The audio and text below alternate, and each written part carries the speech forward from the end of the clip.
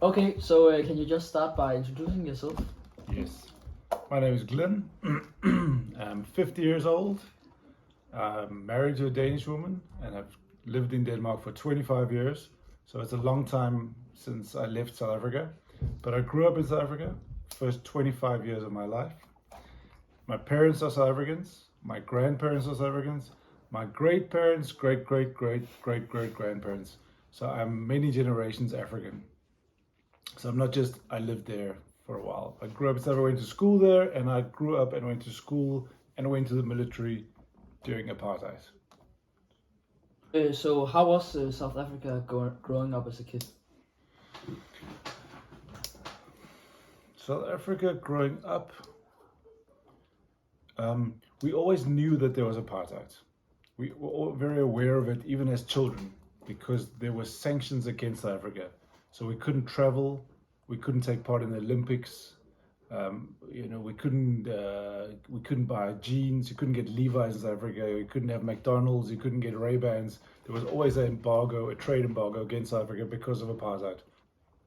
So when we were children and we were growing up, also as young teenagers, we always knew apartheid. We knew it existed. It's not like it was out there. And the country always had a big sense of things can go really wrong. You always knew. How do you remember the protest as a kid? I remember that when we were at school, we were about 10, 11, 12, we did like drills, like fire drills. When you do fire drills, Yeah. They ring the bell and then everyone goes outside. We did riot drills, where if there was a riot and that the school would get attacked, then we would all have to hide under our desks and stay away from the windows.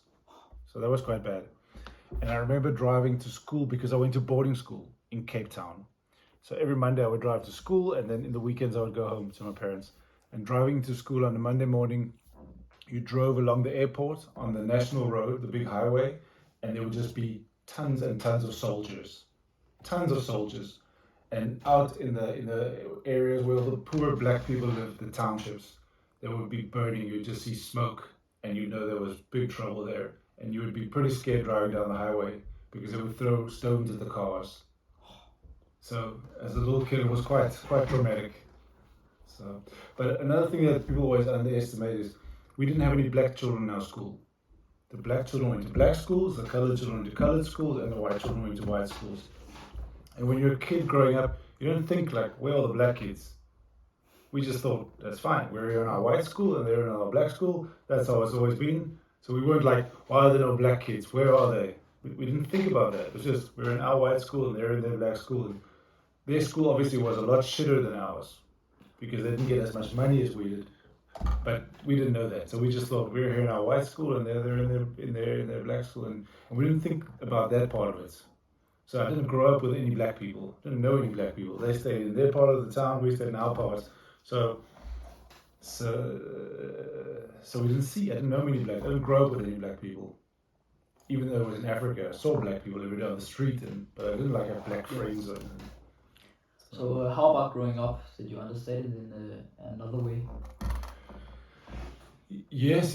Well, as you get older, well, it depends who you are as a person, because I mean, many people grow up and then think that those were the good old days. That was awesome, Like people who in the Soviet Union after the Cold War, after the collapse of Russia, people think, oh, the good old Russia. And many other people think, oh, it's much better now that we have freedom and information.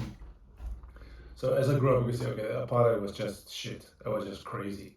It's so stupid. It's such a stupid concept that you take such a large portion of the population and give them no education so that they are suppressed and have to work.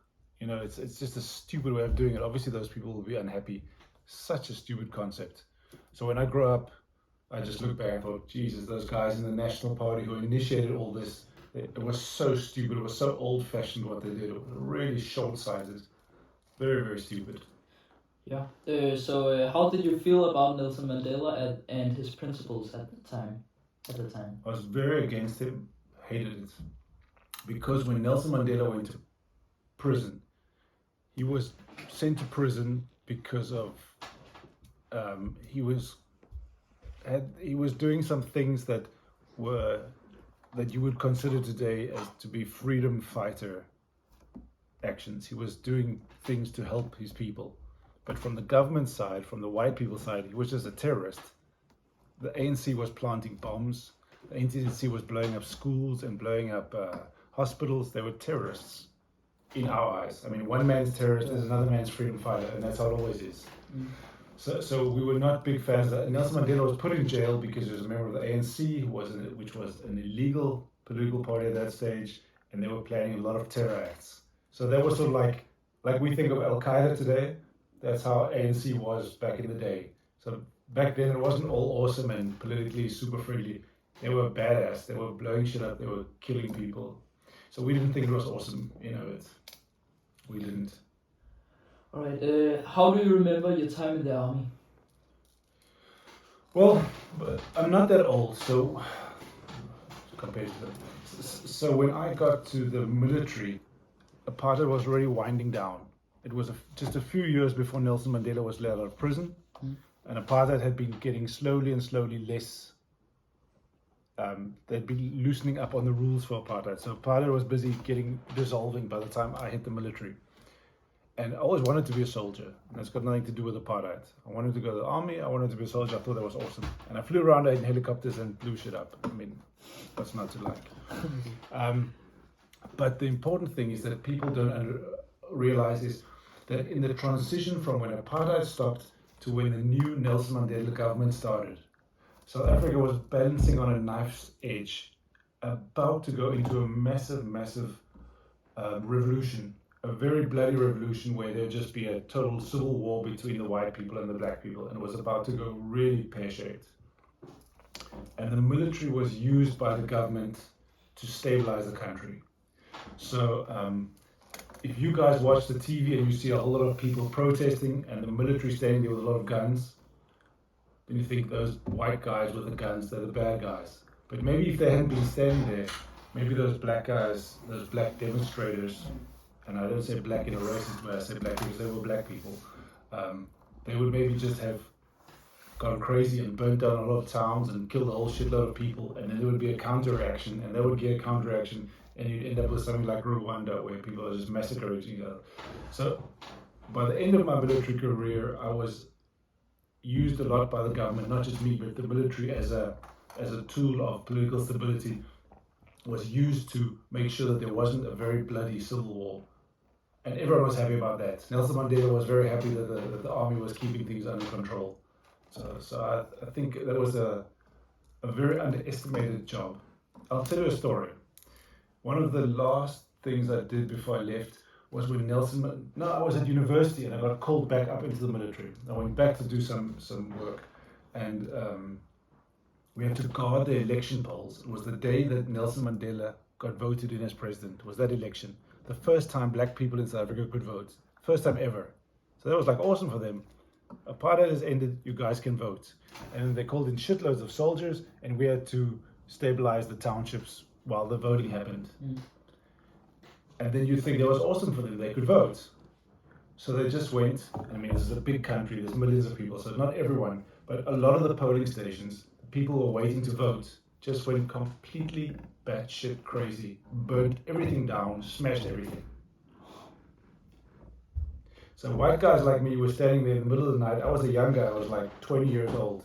And I was standing the whole night with some white soldiers, some young guys, guarding these election posts so that these guys could come and vote the next morning. And some places where there weren't soldiers, they just burnt everything down and smashed everything. Which is how how protest often develops, people just lose their fucking minds when there's too many people. So I was standing there, risking my balls, making sure that they could vote the next morning. So that's a completely mixed up situation.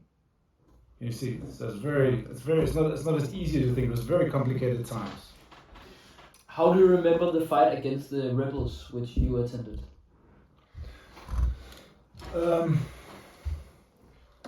One thing you must understand is that the military was at that stage a very well-trained, well-functioning military. So it wasn't just a bunch of wild cards. So when we went into these situations, there were rules of contact, rules of engagement. So it's not like you just felt like shooting people because they were protesting. That never ever happened in my time. Probably earlier in the old days, there was more of that. But when we were in those situations, there were very, very strict rules of engagement. And you didn't shoot on people unless they shot at you.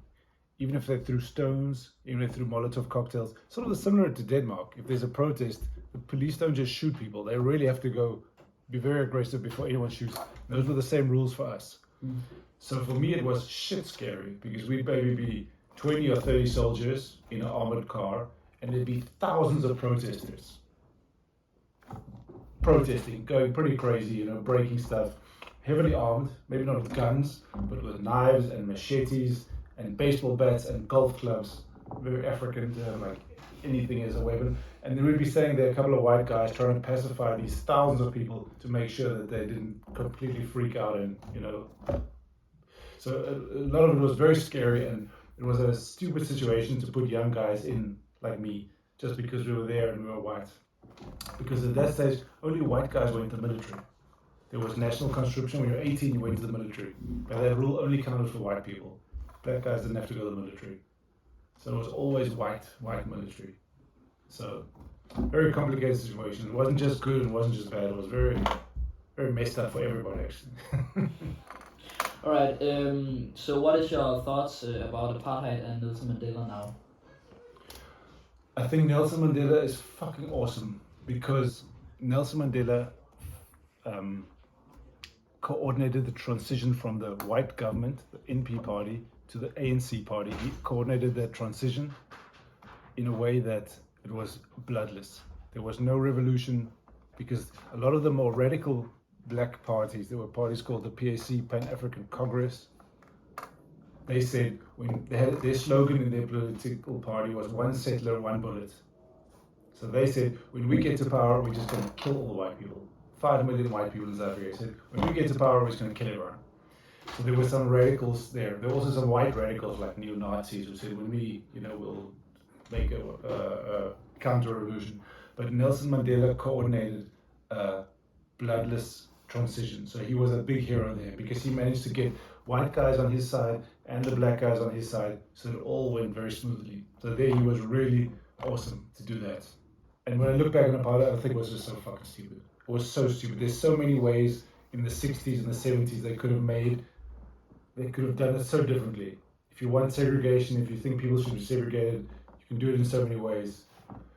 If it makes sense, but it was just so stupid. I think apartheid was just such a dumb way of doing it. And the big fuck up was there when I grew up, when you could see, okay, now everything is just going to shit.